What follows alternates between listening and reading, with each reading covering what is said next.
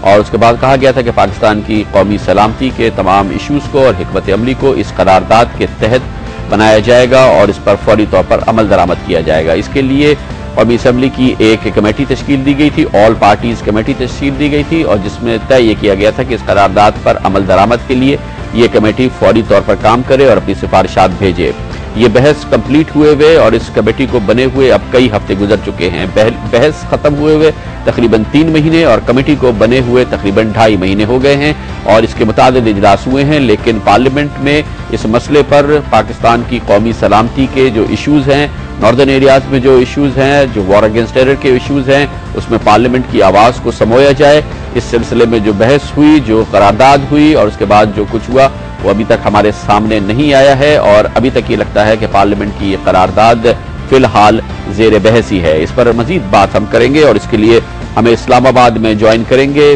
وفاقی وزیر برائے پارلیمانی امور جناب ڈاکٹر بابر اعوان، جو کہ ممبر بھی ہیں پارلیمنٹ کی اس کمیٹی کے۔ Welcome to the show doctor صاحب۔ یہ فرمائیے گا کہ پارلیمنٹ نے پہلی بار اتنی سیر حاصل بحث کی تھی اور تمام آفیشلز نے اس میں بریف کیا تھا اور بہت ہی لمبی بریفنگ کے بعد ریزولوشن بھی پاس ہو گئی تھی، پھر ایک کمیٹی بنی کہ جو اس پر عمل درآمد کرے، لیکن 3 ماہ گزر گئے ہیں اور ابھی تک یہ سفارشات اور اس پر عمل درآمد کہیں نظر نہیں آیا۔ بسم اللہ الرحمن الرحیم and thank you very much Khan صاحب۔ 2 باتیں ہیں، ایک تو یہ کہ یہ کمیٹی جب بنی تو اس کمیٹی نے اپنا طریقہ کار طے کرنے کے لیے ابتدائی سیشن کیا اور اس کے بعد رولز فریم کیے کہ how we are going to run this business of the committee. اس کے بعد جو سب سے بڑا کام یہ ہوا کہ کمیٹی نے خود یہ فیصلہ کیا متفقہ طور پہ کہ مختلف بریفنگز ہمیں چاہیے to know that what is happening on the ground, اور اس میں D G I S I سے لے کے ڈیفنس تک، فارن منسٹری تک، انٹیریئر منسٹری تک اور باقی متعلقہ ادارے جو تھے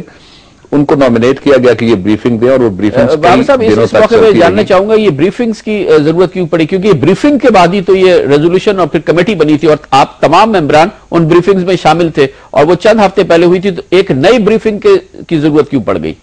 ان کی نوعیت قطعاً مختلف تھی۔ جو بریفنگ انہوں نے دی تھی وہ ایک طرح کی تھی جو D G I S I نے، جنرل پاشا نے دی تھی پارلیمنٹ کے سامنے۔ یہ ان ڈیپتھ سارا پروب ٹائپ کی چیز آپ سمجھ لیجئے، اور اس میں سوالات جوابات تھے اور بڑا ان ڈیپتھ قسم کی یہ ایک ایکسرسائز تھی انکوزیٹوریل، یہ سمجھنے کے لیے کہ کس کس جگہ پہ کیا کیا ایشوز ہیں اور کس طرح کی صورتحال ہے، اور اگر کوئی ایگزٹ اسٹریٹجی بنانی ہے وہاں سے اس صورتحال کو ختم کرنے کے لیے تو وہ کیا کیا جائے۔ ان بریفنگز کا سلسلہ ابھی جاری تھا، اور درمیان میں جو گورنمنٹ کی پالیسی تھی اس کے مطابق ہم نے 3 سطحوں کے اوپر کام شروع کیا۔ ایک تو یہ کمیٹی کام کر رہی ہے، کچھ ایسے کام ہیں جو انفولڈ ہو جائیں گے آنے والے دنوں میں، آئی ایم شیور انشاءاللہ العزیز، اور اس سے آپ کو پتہ لگے گا۔ لیکن ڈاکٹر صاحب آپ کو لگتا نہیں ہے کہ یہ قرارداد ہوئی آج سے 3 ماہ قبل اور اس کے بعد 2 ماہ قبل یہ بریفنگ شروع ہوئی، اور یہ کتنا کروشل امپورٹنٹ کرٹیکل ایشو ہے جس کا ہم اس وقت سامنا کر رہے ہیں، نمبر 1 ایشو ہے، اس پر بات چیت مہینے میں 2 میٹنگز یا 3 میٹنگز اور اس پر ابھی سفارشات اور ابھی بریفنگ، آپ کے خیال میں متحمل ہو سکتے ہیں کئی ہفتے گزر جائیں اور پارلیمنٹ کی بات جو ہے اور جو اس کی ریکمنڈیشن ہے وہ ابھی تک ان پر عمل درآمد نہ ہو، وہ سامنے نہ آئے؟ دیکھیے جی، میں اس کو اس طرح سے نہیں لیتا کہ کوئی انسٹنٹ ریزلٹس آپ دکھا سکتے ہیں، اس لیے کہ 9.5 سال سے یہ ایشو بنا ہوا تھا اور اس کے بہت سارے سٹیک ہولڈرز ہیں۔ ایک کمیٹی صرف نہیں ہے اور صرف پارلیمنٹ نہیں ہے، ان کا تعلق مختلف سلامتی کے اداروں سے بھی ہے اور ان کا تعلق ان علاقوں سے بھی جس میں وہ رہتے ہیں، اور اس میں بھی آگے گروپس ہیں سٹیک ہولڈرز کے، وہاں کے پارلیمنٹیرینز ایک طرح کا گروپ ہے، انٹرنلی ڈسپلیڈ پرسنز جو ہیں ان کے متعلقین دوسرا گروپ ہے، تیسرا جو فائٹنگ گروپس ہیں وہ ہیں۔ اس لیے میں یہ سمجھتا ہوں کہ جو ایکسرسائز ہوئی ہے وہ بڑی کمپریہنسو ہے، اور مجھے نہیں لگتا کہ کوئی دیر ہوئی ہے اور کسی جگہ کے اس کو بیک برنر پہ کس طریقے سے بھی ڈالنے کی کوئی کوشش کی گئی ہے۔ آپ کے سامنے کوئی ٹائم لائن ہے، آپ کے سامنے کوئی وقت ہے جب تک کہ آپ پارلیمنٹ کی اس قرارداد پر عمل درآمد ہو، آپ لوگ کسی ڈیڈ لائن پہ کے تحت کام کر رہے ہیں؟ ڈیڈ لائن دیکھیے، جو انوالوڈ ہے ساری پارٹیاں اس میں انوالوڈ ہیں، کمیٹی چونکہ بڑی کمپریہنسو ہے اور سارے گروپس کو وہ ریپرزینٹ کرتی ہے including those which are not in the National Assembly اور وہ سینٹ کے اندر ہیں، اس لیے ٹائم لائن اور ڈیڈ لائن انہوں نے خود سیٹ نہیں کی کہ ایشوز جس طریقے سے آگے چل رہے ہیں ان میں سے نتیجہ خیز ہونے کی بہت کبھی امید ہے۔ بہت بہت شکریہ ڈاکٹر بابر اعوان، ہمیں بتا رہے تھے حکومتی موقف، پاکستان پیپلز پارٹی کا موقف پارلیمنٹ کی اس بحث کے دوران، اس ریویو کے دوران سابق قائد حزب اختلاف اور جمعیت علماء اسلام